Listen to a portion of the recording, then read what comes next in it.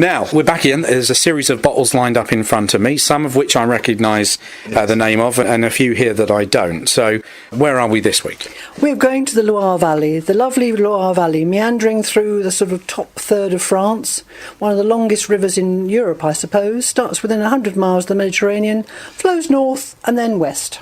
It's around about 250 miles long, I think, probably. Yeah. And the wines grow on soils that are different, actually, but there are two particular soil types. Those on the northwest of the region, the Armorican Massif, which are metamorphic rocks, overlain to the east with soils from the Paris Basin. So you've got chalks, clays, things like that. Mm-hmm. So many more different minerals in the western end and fewer on the eastern side. So that makes a bit of difference in the styles of the wine. And that does really transfer through into the feel of the grape. Yes. In as much as we've got a bottle of Vouvray here, and on the label the grower has put Cuvée Silex, which is the sort of flinty, chalky soil of the Vouvray area. And he obviously thinks these customers should know that's this type of soil because it gives it particular flavour. You find flint nodules in the upper chalk in the late Cretaceous, and that's basically the bedrock of that area. And the chalk beds are so large, they include the London area. It's the same amazing long sloping area of chalk. It's amazing. Some weeks I come here and I feel like I'm on Time Team. Minus the pretensions I had. But with all of the historical knowledge, yeah. Okay, so slightly different flavourings then, depending on the region. So if we start in the east of the region, we're around the Sancerre area, it's Sauvignon Blanc is the major grape variety for white wines, and there's also some Pinot Noir. So you can get, most people know there's a white Sancerre, which is a Sauvignon Blanc grape. There's also a Rosé Sancerre, which we have here, and a red. So that you can produce three different wines in Sancerre, white, rosé and red.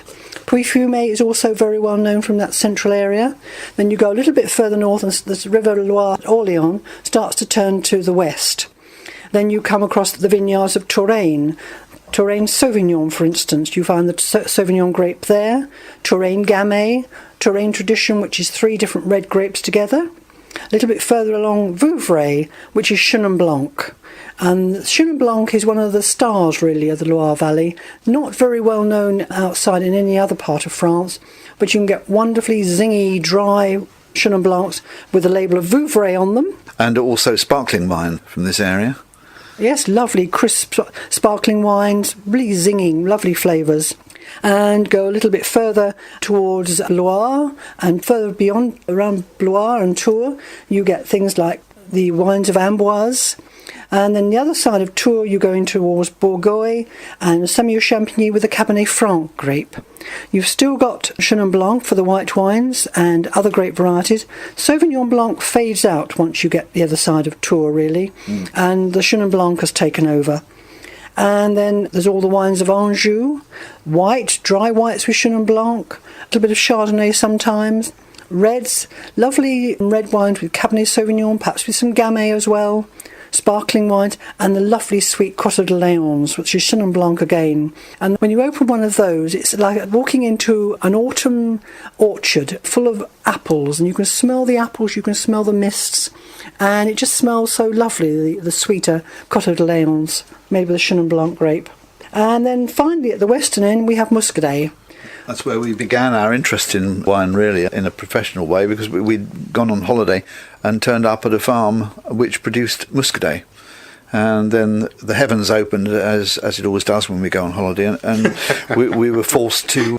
Well, we weren't forced, we were interested, so we turned out and helped them pick the grapes, which could be destroyed by the rain if not taken in quickly. And they got interested in us as we got more interested in the wine. They took us through the whole winemaking process, etc. Mary cut her hands whilst on the secateurs cutting these grapes. And when we visited the following year and asked about the vintage, so they said it was a very good vintage. It had in it some English blood. Well, that's where we started, really, with the Muscadet grape, picking it and then drinking it. When we arrived at the Gite and we were invited in to taste... Yes, last year's vintage. Yes. And we had to pick up the key from the winemaker. It was a question of holding the key firmly in my right hand and trying to push it into the middle of the 3 locks that I saw before me. We were, we were voluntarily baptised into the Muscadet, joys of Muscadet. Yeah. Baptised is the correct word or not, but yeah, it'll do. Yes, we really got to know Muscadet. And the great shame about Muscadet was that for a long time, the big negociants, the big dealers in wine, drove down the price of Muscadet. It got cheaper and cheaper, and it got more and more dreadful. And it got such a bad name. But now we've got a very good Muscadet, and it regularly wins silver or gold medals. And people are so surprised by it. It's just such lovely, clean, zinging flavours. Goes so well with seafood and fish, and is really refreshing.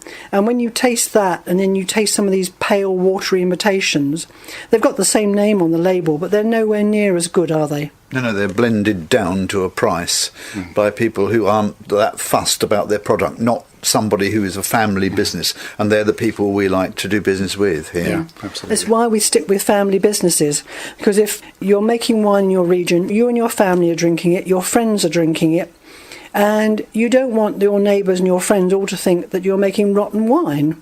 And so you all, as a family, you strive to make good wine, so you're respected within your area and your community. Yeah. And that's why we've always stuck with buying wines from families, brothers and sisters, or husbands and wives, whatever the combination of relatives is, because they want to sell the wine locally and they want to keep their local reputation. Yeah, sure.